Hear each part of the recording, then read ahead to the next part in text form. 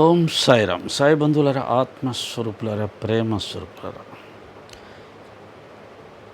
ఈ మధ్య యూట్యూబ్లో ఏదో అన్నీ వస్తుంటాయి కదా. దేవుడు లేడు, అంతా ఉట్టిదే. క్రియేటర్ లేడు, క్రియేషన్ దానంతటికి ఏదో జరిగిపోయింది అనే నాస్తికవాదానికి సంబంధించినటువంటి వీడియోలు కూడా కొన్ని చూడడం జరిగింది. నిజంగానే దేవుడు ఉన్నాడు అని నమ్మే మనలాంటి వాళ్ళు కూడా దేవుడు లేడేమో అనే అనుమానం కలిగేలాగా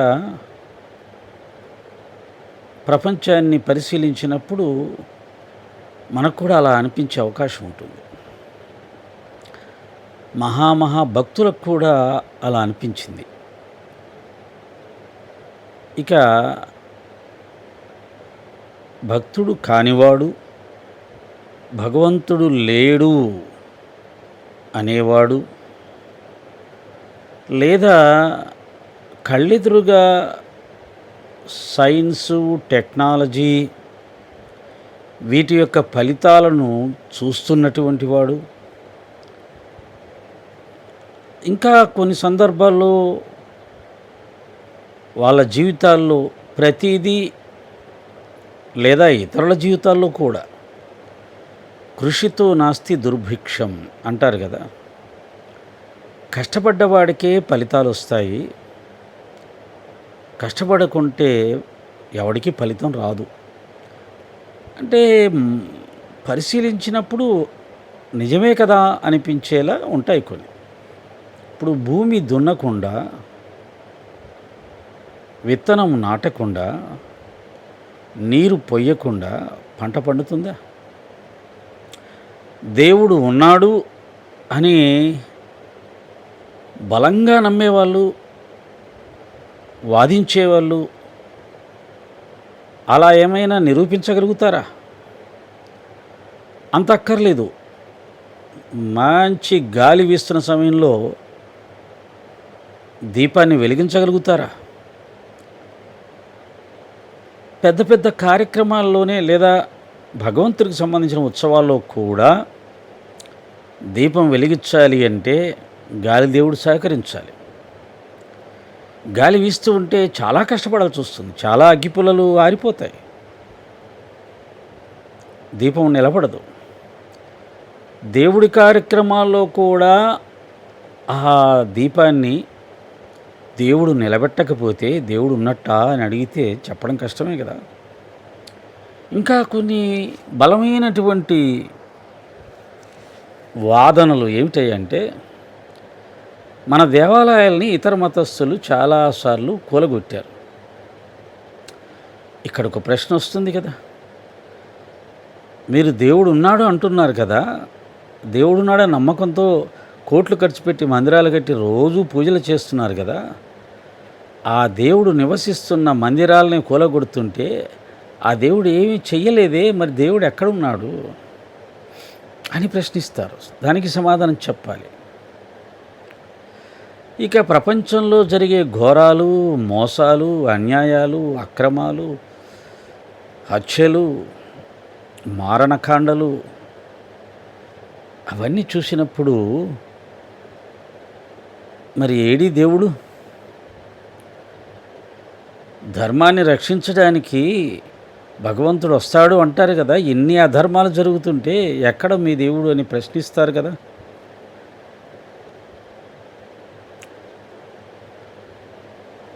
ఇంకా కొన్ని ఉదాహరణలు, పెద్ద పెద్ద పుణ్యక్షేత్రాలలో పుణ్యక్షేత్రాలు అక్కడ దేవుడు వెలిశాడు అంటారు, స్వయంభూ అంటారు. ఓకే, మరి వేలాది మంది, లక్షలాది మంది అక్కడ దేవుడు కొలువై ఉన్నాడు, పిలిస్తే పలుకుతాడు అని వెళ్తూ ఉంటారు. అటువంటి చోట్ల కూడా ఎంతోమంది దేవాలయాన్ని నడిపే అధికారులు, నిర్వహించే అధికారులు, అక్కడ పనిచేసే సిబ్బంది కూడా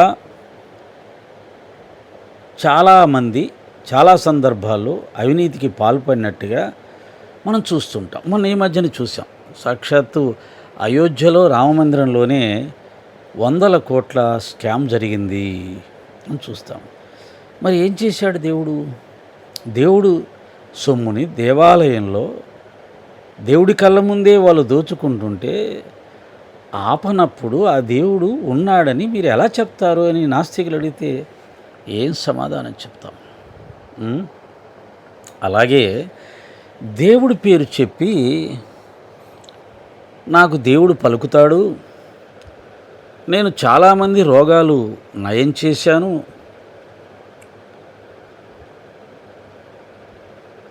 అని చెప్పేవాళ్ళు కూడా చాలామంది ఉన్నారు. దేవుడు నాకు పలుకుతాడు, నేను దేవుడితో మాట్లాడుతుంటాను, బాబా గారితో మాట్లాడుతుంటాను, బాబా నాకు పలుకుతాడు, నాకు ఒక వరం ఇచ్చాడు, నా దగ్గరికి వచ్చే వాళ్ళ కష్టాలు తీర్చే శక్తి ఇచ్చాడు, తీర్చమని చెప్పాడు, వాళ్ళ రోగాలు తీర్చమని చెప్పాడు, వాళ్ళకు సహాయం చేయమని చెప్పాడు అని చెప్పుకునే భక్తులు కూడా ఉన్నారు. అలా మనం చూస్తుంటాం కొన్ని అడ్వర్టైజ్మెంట్లు. వాళ్ళు యూట్యూబ్ ఛానల్లో, టీవీ ఛానల్లో వాళ్ళ గురించి చెప్తుంటారు. నా దగ్గర ఇంతమంది వచ్చారు, ఇంతమంది రోగాలు రూపుమాపామని. అది నిజమా? నిజంగా బాబా కానీ ఇతర దేవతలు కానీ ఆ శక్తులు ఇచ్చారా? ఇచ్చింది నిజమైతే పబ్లిక్గా మీరు చెప్తున్నారు కదా టీవీ ఛానల్లో, యూట్యూబ్ ఛానల్లో, కమాన్ ఓపెన్గా పరీక్షకు నిలబడండి. నాస్తికులు, హేతువాదులు పరీక్షలు పెడుతుంటారు కదా. నిజమైతే మేము కొంతమంది రోగులు తీసుకొని వస్తాం, వాళ్ళ రోగాలు పోయేటట్టు చెయ్యి అని వస్తుంటారు. ఆ పరీక్షకు నిలబడగలిగితే నిజంగా ఆస్తికత్వాన్ని నిలబెట్టిన వాళ్ళు అవుతారు కదా, భగవంతుడి యొక్క శక్తి నిరూపించిన వాళ్ళు అవుతారు కదా. ఊరికే ఛానల్లో ఎవరన్నా ఇంటర్వ్యూ చేసేటప్పుడు చెప్పి ఏం లాభం? నిజంగా మీకు ఆ దైవశక్తి ఉంటే, బాబాగారు ఆ శక్తి మీకు ఇచ్చి ఉంటే ఓపెన్గా టీవీ ఛానల్లో ఛాలెంజ్ చేసేయండి. మీరు ఎవరినన్నా మా దగ్గరికి తీసుకురండి, ఎటువంటి రోగం ఉన్నవారినైనా సరే, వారి రోగం పోగొట్టకపోతే నన్ను అడగండి అని చెప్పి ఒక ఛాలెంజ్ విసరండి. సమాజంలో ఆస్తికత్వాన్ని నిలబెట్టిన వాళ్ళు అవుతారు, భగవత్ శక్తిని నిరూపించిన వాళ్ళు అవుతారు.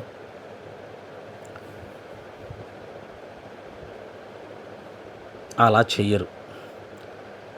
ఎవరికి వాళ్ళు ఎవరన్నా ఇంటర్వ్యూకి వచ్చినప్పుడు మాకు అన్ని శక్తులు ఉన్నాయి, ఎన్ని శక్తులు ఉన్నాయి, మేము అలా చేసాం, ఇలా చేసామని ప్రచారం చేసుకుంటారు.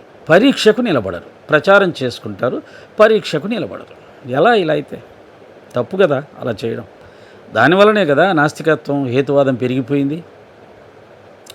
నిన్నేదో ఒక నాస్తికుడి వీడియో చూస్తుంటే నిత్యానంద చెప్తున్నాడు, నేను రోజు 6 గంటల్లోగా లేచి ఉపాసన చేసుకుంటాను, భగవద్ ఆరాధన, ధ్యానమో, జపమో, తపమో చేసుకుంటాను. సూర్యోదయం ముందే నేను చేసుకుంటాను. ఒకరోజు నేను ఆలస్యంగా లేచాను. మరి లేచిన తర్వాత ఆలస్యంగా లేచిన తర్వాత అనుకోవడానికి వీలు లేదు. లేదా ముందే రాత్రి రేపు ఆలస్యంగా లేస్తాను అనుకోవడానికి వీలు లేదు. కానీ ఆయన చెప్పడం, నా కోసం సూర్యనారాయణుడు 45 నిమిషాలు ఆలస్యంగా వచ్చాడు ఆ రోజు అని చెప్పాడు. వినేవాడు ఉంటే చెప్పేవాడికి ఏదో అంటారు కదా, చెప్పేవాడికి వినేవాడు లోకువ అన్నట్టుగా, అలాగే అడిగేవాడికి లోకువ చెప్పేవాడు, ఇట్లా రకరకాలుగా ఇలాంటి చిల్లర మాటలు, పనికిరాని మాటలు. ఆయనకే దిక్కులేక దేశాన్ని వదిలిపెట్టి ఎక్కడో వెళ్ళిపోయి పారిపోయాడు. దేశాన్ని వదిలిపెట్టి పారిపోయినా ఆయనే మా గురువు, ఆయన మించిన వాళ్ళు లేరని చెప్పి పాపం ఆయనతో పాటు వెళ్ళిపోయారు నమ్మకంగా. చెప్పాను కదా, ఒకసారి గురుత్వం ఏర్పడితే ఇక అతను ఎలాంటి వాడని తెలిసినా అతని మీద అతని భక్తులకు, అతని శిష్యులకు వేరే అభిప్రాయం రాదు. సత్యం తెలిసినా వాళ్ళు వదిలిపెట్టలేరు. అది భార్యాభర్తల అనుబంధం కన్నా ఇంకా బలంగా ఉంటుంది. గురు శిష్య సంబంధం భార్యాభర్తల బంధం కన్నా ఇంకా బలంగా ఉంటుంది. కాబట్టి గురువును ఎంచుకునే ముందే అన్ని విధాలా జాగ్రత్తగా పరిశీలించి పరీక్షించి ఎంచుకోవాలి అని శాస్త్రాలు చెప్తుంటే పెద్దలు చెప్తారు. నేను చెప్పేది ఏంటంటే, నాస్తికుడు ప్రశ్నించే ప్రశ్నలకు ఆస్తికుడు సమాధానం చెప్పలేడు. దేవుడు ఉన్నాడు అని నిరూపించాలి అంటే కేవలం మాటల ద్వారా, శాస్త్రాల ద్వారా, కొన్ని నిదర్శనాల ద్వారా నిరూపించలేం. మనం ఏ నిదర్శనాలు అయితే చూపించి ఇదిగో ఉన్నాడనడానికి ఇవి నిదర్శనాలు అంటే, ఇదిగో లేడనడానికి ఇవి నిదర్శనాలని వాళ్ళు చూపిస్తారు. కాబట్టి ఉన్నాడనడానికి ఉన్న అవకాశాల కంటే లేడనడానికి అవకాశాలు ఎక్కువగా ఉన్నాయి. ఉన్నాడు అంటే కమాన్ చూపించు అంటాడు. సరే, చూపించడానికి ఓ ప్రాసెస్ ఉంటుంది, ఆయన అందరికీ కనపడ్డు. ఓకే, కనపడ్డు, చూడ్డానికి కనపడ్డు, కానీ కాపాడడానికి ఏమి? తన మందిరంలో తన కళ్ళ ముందే తన సొమ్మే దోచుకుంటూ ఉంటే దాన్ని ఆపలేకపోవడం ఏంటి? ఆపాలి కదా. దానికి సమాధానం చెప్పాలి కరెక్ట్గా, వాళ్ళు ఒప్పుకునేలాగా, వాళ్ళు కన్విన్స్ అయ్యేలాగా చెప్పగలగాలి. ఏదో పురాణాల్లో చెప్పినట్టుగా చెప్పేస్తే కుదరదు. అలాగే దుర్మార్గంగా పసిపిల్లల్ని పాడు చేస్తున్నటువంటి పెద్ద మనుషులు, తల్లిదండ్రులను చంపుతున్న పిల్లలు, తాతలను అమ్మమ్మల్ని చంపుతున్న మనవలు, భార్యను చంపుతున్న భర్త, భర్తను చంపుతున్న భార్య, కన్న బిడ్డల్ని కనగానే వదిలేసే తల్లులు, తల్లిదండ్రులను చూడడం ఇష్టం లేక వృద్ధాశ్రమాలను నడి రోడ్డు మీద వదిలేస్తున్న పిల్లలు, ఇలా సమాజంలో ఒకటే రెండా చెప్పుకుంటూ పోతే ఈ అన్యాయాలన్నీ ఉన్నప్పుడు భగవంతుడు ఏం చేస్తున్నాడు అని ప్రశ్నిస్తాడు. దీని కర్మ సిద్ధాంతం అని చెప్తాం. ఈ కర్మ సిద్ధాంతాన్ని నిరూపించడం అంత సులభమా? ఒక వరద వస్తే వేల మంది చనిపోతారు, ఓ భూకంపం వస్తే వేల మంది చనిపోతారు. అందులో చాలా మంచి వాళ్ళు ఉంటారు, చెడ్డవాళ్ళు ఉంటారు, పిల్లలు ఉంటారు, తల్లులు ఉంటారు, ముసలి వాళ్ళు ఉంటారు, పశువులు ఉంటాయి. ఇవన్నీ ఒకేసారి చనిపోవడానికి ఏమిటి కర్మ? ఇవన్నీ ఒకేసారి చనిపోవడానికి ఏమిటి కర్మ? వీళ్ళందరూ పూర్వజన్మలో అందరూ ఒకేసారి ఎవరైనా చంపారా? ఇలాంటి ప్రశ్నలు ఎన్నో వస్తాయి. వీటన్నిటికీ సమాధానం చెప్పగలిగిన వాళ్ళు లేరు. కర్మ సిద్ధాంతం అని అనగలమే కానీ ఆ కర్మ సిద్ధాంతాన్ని నిరూపించడం కూడా చాలా చాలా కష్టం. ముఖ్యంగా దేవాలయ ప్రాంగణంలో జరిగే దుర్మార్గాలు, పవిత్ర పుణ్యక్షేత్రాల్లో జరిగే మరణాలు, ఈ ప్రకృతి విపత్తు వచ్చినప్పుడు ఎక్కువ మంది ఒకేసారి చనిపోవడాలు, మంచివాళ్ళు చెడ్డవాళ్ళు,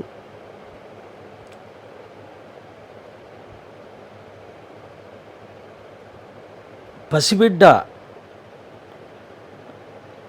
చిన్న పిల్ల 10 మంది దుర్మార్గుల చేత నరకయాతన అనుభవించడాలు, ఇవన్నీ కర్మ సిద్ధాంతం చెప్పి నిలబెట్టగలమా? ఒక 10 మంది, మొన్న ఎక్కడో చూశాను, ఒక 5 మంది దుర్మార్గులు ఓ 8 సంవత్సరాలు 10 సంవత్సరాలు ఉన్న పసిబిడ్డ మీద కొన్ని రోజులో నెలలో దుర్మార్గం చేశారని చెప్పి దీన్ని కర్మ సిద్ధాంతం మీద నిరూపించగలమా? ఆ 5 మందిని ఈ పసిబిడ్డ పూర్వజన్మల్లో ఏమన్నా చేసిందని చాలా చాలా కష్టం అవుతుంది. కాబట్టి దేవుడు ఉన్నాడు అని నిరూపించడానికి ఉన్న ఆధారాల కంటే దేవుడు లేడు అని నిరూపించడానికి కావాల్సిన ఆధారాలు ఎక్కువ ఉంటాయి. అదృష్టం కొద్దీ నాస్తికత్వం అనేది చాలా ఎక్కువ అయిపోవాల్సింది. ఇప్పుడు నాస్తికత్వమే మన దేశంలో కూడా వ్యాపించిపోయి ఆస్తికత్వం చాలా దెబ్బతినాల్సింది. కానీ కొంతమంది గురువులు, షిరిడి సాయిబాబా గారు లాంటి గురువులు, రామకృష్ణ పరమహంస గారు లాంటి గురువులు, రమణ మహర్షి గారు లాంటి గురువులు, భగవాన్ వెంకయ్య స్వామి గారు లాంటి అవధూతలు, స్వామి వివేకానంద లాంటి మేధావులు, దేవుడు లేడు అని చెప్పిన వాళ్ళల్లో ప్రపంచ ప్రఖ్యాతి చెందిన మేధావులు ఎవరికీ తెలియదు. దేవుడు లేడని వాదించే కొంతమంది తెలిస్తే తెలవచ్చు, కానీ దేవుడు ఉన్నాడు అని లోకానికి చాటిన వాళ్ళు, నిరూపించిన వాళ్ళు, వాళ్ళ తపస్సు ద్వారా, వాళ్ళ సాధనల ద్వారా, వాళ్ళ ప్రవర్తన ద్వారా, వాళ్ళ జీవితంలో కొన్ని వాళ్ళు చూపించిన అద్భుతాల ద్వారా దేవుడు ఉన్నాడని నిరూపించిన వాళ్ళు, ప్రఖ్యాతులైన వాళ్ళు, ప్రపంచ ప్రఖ్యాతి చెందిన వాళ్ళు చాలా ఎక్కువ మంది ఉన్నారు. కాబట్టి ఈ ప్రపంచంలో ఆస్తికత్వం ఎక్కువగా ఉంటుంది, నాస్తికత్వం తక్కువ ఉంటుంది.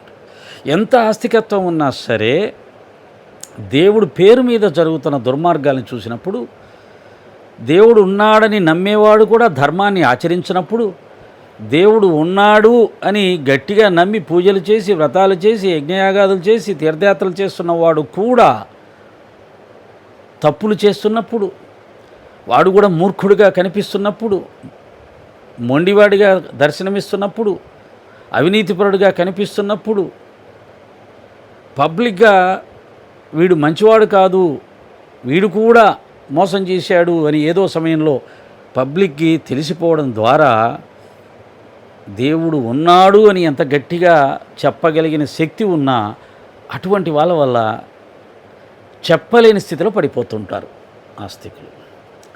స్వామీజీలను తీసుకోండి, ఎంతో గొప్పగా దేవుడు ఉన్నాడని చక్కగా చెప్తారు, నమ్మిస్తారు, వాళ్ళని ఎంతోమంది ఫాలో అవుతుంటారు. ఒకసారి సడన్గా ఆ స్వామీజీ ఏదో ఒక దుర్మార్గం చేస్తాడు, జైలుకి వెళ్తాడు, అయిపోయింది.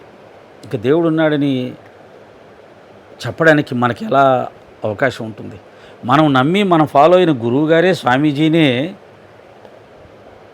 అవినీతిపరుడని, దుర్మార్గుడని, దుష్టుడని పబ్లిక్గా ప్రజల ముందే దొరికిపోతే ఇంకా దేవుడు ఉన్నాడని మనం ఏ విధంగా చెప్పగలుగుతాం? ఇలా ఎంతోమంది దైవ భక్తులుగా, గురువులుగా సమాజంలో కీర్తించబడ్డ వాళ్ళు కూడా తప్పులు చేయడం వల్ల దేవుడున్నాడని చెప్పడానికి మనం అర్హతను కోల్పోతూ ఉన్నాం. అలాగే దేవుడి మహిమలు చెప్పి మాకు దేవుడు పలుకుతాడు, మా దగ్గరికి వస్తే అన్నీ తీరిపోతాయి, మా ఆశ్రమానికి వస్తే అన్నీ తీరిపోతాయి, నా దగ్గరికి వస్తే అన్నీ తీరిపోతాయి, అలా నేను చాలా మందిని కాపాడాను, రక్షించాను అని స్వయం ప్రకటిత గురువులు, సిద్ధపురుషులు, స్వామీజీలు ఉంటారు కదా. ఈ హేతువాదుల నాస్తికులు వచ్చి, అయితే నువ్వు ఇలా అందరు రోగాలు పోగొట్టావు కదా, కష్టాలు పోగొట్టావు కదా, కమాన్ ఇదిగో నేను వీళ్ళని తీసుకొస్తాను, వాళ్ళ రోగం పోగొట్టు, కష్టం పోగొట్టు అంటే మెమ్మెమ్మే అంటారు. అయిపోయింది, ఫెయిల్ అయిపోతారు. దేవుడు ఉన్నాడని నిరూపించే అవకాశం ఉన్నవాడు కూడా నిజానికి. అందుకని దేవుడికి డెఫినేషన్ ఏమిటి? మనకేవో కొన్ని శక్తులు వస్తే దేవుడు ఉన్నట్టు కాదు, కొందరు కష్టాలు మనం తీర్చగలిగితే దేవుడు ఉన్నట్టు కాదు. అవన్నీ శక్తులు, మానసిక శక్తులు. మానసిక శక్తులు అనేవి కొంత ఏకాగ్రతతో సాధన చేసిన వాళ్ళకి ఎవరికన్నా వస్తాయి. అలాగని చెప్పి నీకు ఆ శక్తులు నేను నిరూపిస్తాను కమాన్ అంటే పనిచేయవు. ఆ శక్తుల దగ్గర ఉన్న లక్షణం ఏంటంటే అవి సీక్రెట్గా పనిచేస్తాయి తప్ప పబ్లిక్గా పనిచేయవు. అది కూడా నువ్వు నిజాయితీగా ఉంటే పనిచేస్తాయి తప్ప నువ్వు అవినీతిపరుడిగా మారిపోతే పనిచేయవు. నువ్వు ఆల్రెడీగా అవినీతిపరుడిగా మారిపోతేనే, అంటే నువ్వు శక్తులు ఉన్నాయి అని లోకానికి చెప్పావు అంటే నువ్వు అహంకారానికి లోనయ్యావు, కీర్తికాంక్షతో బతకాలని చూస్తున్నావు, కీర్తి కోసం పాకులాడుతున్నావు, ప్రజల చేత పూజింపబడాలని ప్రయత్నం చేస్తున్నావు. ఈ లక్షణాలు ఎప్పుడైతే వస్తాయో అప్పుడు శక్తులు వెళ్ళిపోతాయి, ఉండవు. బాబాగారిలాగా, అవధూతల్లాగా ఎవరికీ ఏమీ తెలియకుండా ఎక్కడో మారుమూలలోనో, ఎక్కడో అడవుల్లోనో, లేదా ఏకాంతంగా ఉంటూ నాకేమీ తెలియదు, నాకేమీ రాదు అని ఎవరైతే అంటూ ఉంటారో, ఎవరైనా వచ్చి అడిగినా సరే అబ్బాయి నాకేం తెలియదు అంటారో, లేదా అంతా భగవంతుడి దయ, అల్లా దయ, గురువుగారి దయ, నాదేం లేదు అంతా ఆయనే చేస్తున్నాడు అని తన మీద వేసుకోకుండా భగవంతుడి మీద వేసుకుంటారో, అలాగే వచ్చిన వాళ్ళ అర్హతను చూసి, భక్తి శ్రద్ధలను చూసి, వారి పుణ్యఫలాన్ని చూసి వారిని మాత్రమే కాపాడే పని ఎవరైతే చేస్తారో వాళ్ళ దగ్గర శాశ్వతంగా శక్తులు ఉంటాయి. అంతేగాని నేను సిద్ధి పొందాను, నేను సాక్షాత్కారం పొందాను, నా దగ్గరికి వస్తే అన్నీ జరిగిపోతాయి, నా దగ్గరికి వస్తే అన్నీ తొలగిపోతాయి, రోగాలు పోతాయి, కష్టాలు పోతాయి, చాలామందికి పోగొట్టాను, నేను ఇంత అని ఎవరైతే అంటారో వాళ్ళ దగ్గర ఏమీ ఉండదు, ఉట్టిదే. అందుకని నాకు తెలిసినంత వరకు భగవంతుడు అంటే నాకు బాబాగారు అర్థమయ్యేలా చేసింది ఏమిటంటే, భగవంతుడు అంటే ఆనంద స్వరూపుడు. భగవతత్వం వైపు వెళ్ళినప్పుడు ఈ ప్రపంచంలో దేని ద్వారా లభించని ఆనందం నాకు భగవతత్వం వైపు వెళ్ళినప్పుడు నాకు ఆ ఆనందం లభించింది. కాబట్టి నేను ఆ భగవంతుణ్ణి అందుకోసం ఆరాధిస్తున్నాను, అందుకోసం ఆయన్ని పొందాలని ప్రయత్నం చేస్తున్నాను, అందుకోసం ఆయన మార్గంలో నడుస్తున్నాను. దీన్ని వేదాలు చెప్పే ఆనందో బ్రహ్మ, బ్రహ్మస్వరూపం ఏంటి, బ్రహ్మతత్వం ఏంటి, ఆనందాన్ని ప్రసాదించటం. ఆయన ఆనంద స్వరూపుడు. కాబట్టి ఎవరైతే ఆనందం కావాలనుకుంటారో, పరిపూర్ణమైన ఆనందం కావాలనుకుంటారో, శాశ్వతమైన ఆనందం కావాలనుకుంటారో, అనంతమైన ఆనందం కావాలనుకుంటారో వారు పరమాత్మను పొందే ప్రయత్నం చేస్తారు, చెయ్యాలి. అలాగే ఆ పరమాత్మను ఎందుకు పొందాలయ్యా అంటే ఆనందం కోసం ఒకటి. అదే సమయంలో ఆనందం ఊరికే వస్తుందా? ఆయన ఊరికే మనం పొందగలుగుతామా? కాదు. ఆయన పరిశుద్ధుడు కాబట్టి నేను కూడా పరిశుద్ధుడిగా ఉంటే తప్ప ఆయన పొందలేను. కాబట్టి నేను పరిశుద్ధుడిగా మారాలి. దీనివల్ల 2 ప్రయోజనాలు. ఒకటి, నేను పరిశుద్ధుడిగా మారుతాను. నా వల్ల ఈ సమాజంలో ఎవ్వరికీ చీమకు కూడా అపకారం ఉండకుండా నన్ను నేను తయారు చేసుకోవాలి. అలా అయితేనే ఆయన నాకు లభిస్తాడు. కాబట్టి ఈ ప్రపంచంలో ఎవరికీ ఇబ్బంది పెట్టకుండా జీవించగలగడం గొప్పదే కదా, అది ప్రపంచానికి చాలా మేలే కదా. కాబట్టి భగవంతుడి కారణంగా అటువంటి మేలు జరుగుతుంది నా వల్ల సమాజానికి. ఇక నాకు కలిగే మేలు ఏమిటయ్యా అంటే, ప్రపంచంలో అందరూ అవి కావాలి ఇవి కావాలి పరిగెట్టి అలసిపోయి అందులోనే చచ్చిపోతారు. నేను అలా అవి కావాలి ఇవి కావాలి అని వేటిని కావాలనుకోకుండా ఉన్నదాంతో తృప్తి చెంది హాయిగా ఆ భగవంతుని మార్గంలో భగవత్ తత్వాన్ని అనుభూతి చెందుతూ ఆ మార్గంలో హాయిగా ప్రయాణం చేస్తూ ఆ ఆనందాన్ని అనుభవిస్తూ ఉంటాను. కాబట్టి నాకు అందరిలాగా సుఖదుఖాలు ఉండవు. క్షణికమైన సుఖం, శాశ్వతమైన దుఃఖం నాకు ఉండదు. నాకు ఎప్పుడూ ఆనందమే ఉంటుంది. ఎందుకని ఉన్నదాంతో తృప్తి చెందాను. అలాగే భగవత్ తత్వం వైపు ప్రయాణిస్తున్నాను కాబట్టి ఆ తత్వం లక్షణమే ఆనందాన్ని ప్రసాదించడం కాబట్టి నేను ఆ దివ్యమైన ఆనందాన్ని పొందగలుగుతాను. కాబట్టి భగవంతుడి వైపు ఎందుకు వెళ్ళాలి, భగవంతుని ఎందుకు ఆశ్రయించాలి? ఆయన ఉన్నాడా అంటే ఉన్నాడు అని పెద్దలు చెప్పారు. ఉన్నాడని నేను నమ్మకంతో వెళ్ళడం ద్వారా ఆ భగవంతుడు ఎలా దొరుకుతాడని వాళ్ళు చెప్పారంటే, నువ్వు పవిత్రుడివైతే, నిర్మలుడివైతే, పరిశుద్ధుడివైతే తప్ప ఆయన దొరకడు అన్నారు. కాబట్టి నన్ను నేను పరిశుద్ధపరచుకునే ప్రయత్నం చేస్తాను. దానివల్ల నా ఇంట్లో వాళ్ళు, నా చుట్టుపక్కల వాళ్ళు అందరూ ఆనందంగా ఉంటారు. నా వల్ల సమాజానికి మేలు, సమాజం వల్ల నాకు ఇబ్బంది ఏమీ లేదు. అలాగే ప్రపంచంలో అందరిలాగా కావాలని పరిగెట్టి అలసిపోయి అందులోనే చచ్చిపోకుండా ఉన్నదాంతో తృప్తి చెంది హాయిగా ఆ ఆనంద స్వరూపమైన పరమాత్మ తత్వంలో నేను ప్రయాణించడం ద్వారా ఆ అనంతమైన అద్భుతమైన అనిర్వచనమైన ఆనందాన్ని నేను అనుభూతి చెందుతూ ఉంటాను. దాని ద్వారా ఆ ఆనందం ముందు ఎప్పుడైతే ఆ ఆనందాన్ని అనుభూతి చెందుతుంటానో ఆ ఆనందం ముందు ఈ ప్రాపంచిక ఆనందాలన్నీ క్షణికమైనవి నాకు ఎప్పుడైతే అనుభవంలోకి వస్తుందో అప్పుడు నేను ఆ భగవత్ తత్వంలో భగవంతుని మార్గంలో తృప్తిగా, దృఢంగా, ఆనందంగా ప్రయాణం చేయగలుగుతాను. ఇక ఈ ప్రపంచంలో అందరిలాగా నాకు దుఃఖం అనేది నా దరికి చేరదు. అంటే దుఃఖరాహిత్యానికి ఒకే ఒక్క కారణం భగవతత్వాన్ని ఇష్టపడి భగవంతుని మార్గంలో ప్రయాణం చేయడం ఒక్కటే శాశ్వత దుఃఖరాహిత్యం. దాని వలన అది ఎలా లభిస్తుంది? నేను పరిశుద్ధున్నైతే, పవిత్రున్నైతే, నిర్మలునైతే తప్ప అది లభించదు. కాబట్టి నేను పరిశుద్ధుని, నిర్మలుని కావడం అనేది సమాజానికి కూడా ఎంతో అవసరం. కాబట్టి అలా నేను కావడం ద్వారా సమాజం కూడా హర్షిస్తుంది. కాబట్టి భగవంతుని మార్గాన్ని అందరూ ఒప్పుకోవాల్సిందే. ఆయన లేడు అనేవాడు ఎంతవరకు నిజాయితీగా ఉంటాడో తెలియదు. ఉంటే ఉండొచ్చు, లేకపోతే లేదు. ఎందుకంటే ఆయన లేడు కాబట్టి వాడి ఇష్ట ప్రకారం వాడు జీవిస్తాడు. బట్ ఆయన ఉన్నాడు అనుకున్నప్పుడు ఆయనను నువ్వు పొందాలి అంటే నువ్వు పరిశుద్ధుడిగా ఉండాలి, నిర్మలుడిగా ఉండాలి, పవిత్రుడిగా ఉండాలి, కామక్రోధ లోభ మోహ మదమత్సరం అనే 6 దుర్గుణాలకు దూరంగా ఉండాలి అని చెప్పబడింది. కాబట్టి ఆయన ఉన్నాడు అనుకోవడం ద్వారా ఆయన్ని పొందాలని అనుకునేవాడు పవిత్రుడిగానే జీవించే అవకాశం ఉంటుంది, పరిశుద్ధుడిగానే జీవించే అవకాశం ఉంటుంది. కాబట్టి భగవంతుని మార్గమే చాలా అత్యున్నతమైన మార్గం, అనుసరణీయ మార్గం. నాస్తికత్వానికంటే ఆస్తికత్వం వల్లనే సమాజానికి చాలా చాలా మంచి జరుగుతుంది. బాబాగారు నాకు ఇచ్చినటువంటి అవగాహన. సాయిరామ్.